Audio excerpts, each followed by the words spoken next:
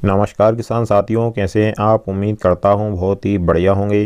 किसान साथियों, इस समय पर मौसम परिवर्तन हो रहा है।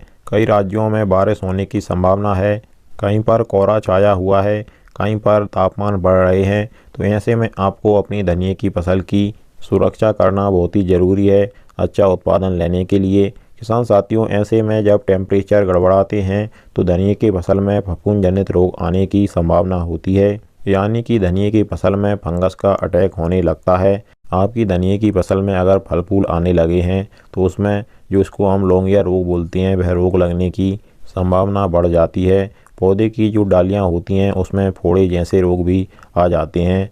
कुल मिलाकर किसान साथियों, हम कहें तो आपकी धनिया की फसल में ऐसे मौसम गड़बड़ाते समय कई प्रकार के भयानक रोग उत्पन्न हो जाते हैं, जो अगर ज़्यादा मात्रा में बढ़ जाते हैं तो वह कभी ख़त्म नहीं होते हैं। तो ऐसे में किसान साथियों, पहले से ही आपको अपनी धनिया की फसल में एक स्प्रे फंगीसाइड का कर देना चाहिए। जब भी आपके क्षेत्र में ऐसा मौसम गड़बड़ाए, बारिश होने की संभावना हो, अधिक दिनों तक बादल छाए हों, कोहरा छाया हो, या फिर तापमान बढ़ रहे हों, या फिर लगातार ऊपर नीचे हो रहे हों और आपकी धनिया की फसल में फल फूल बनने लगे हों, तो आपको इस समय पर तुरंत एक फंगीसाइड का स्प्रे धनिया की फसल में करना बहुत ही ज़रूरी होता है।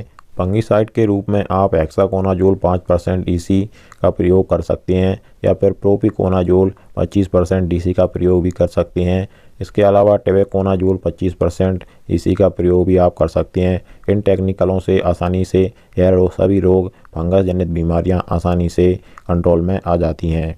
और हो सके तो किसान साथियों, आप टेबेकोनाजोल का स्प्रे करें। इसमें सल्फर मिक्स भी आता है, जिससे आपके दोनों कार्य हो जाते हैं। एक तो फंगीसाइड का कार्य करेगा, दूसरा सल्फर भी धनिया की फसल में बहुत ज़्यादा ज़रूरी होता है। तो यह दोनों काम आपके एक ही स्प्रे से हो जाएंगे।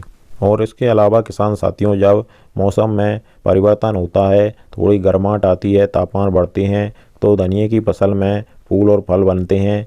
उस समय पर माहू और मोइले का अटैक भी बहुत ही ज़्यादा होने लगता है। तो आपको इसके लिए इमिडाक्लोप्रिड या फिर कोई अन्य कीटनाशक का प्रयोग करके माहू और मोइले पर भी नियंत्रण करना जरूरी होता है।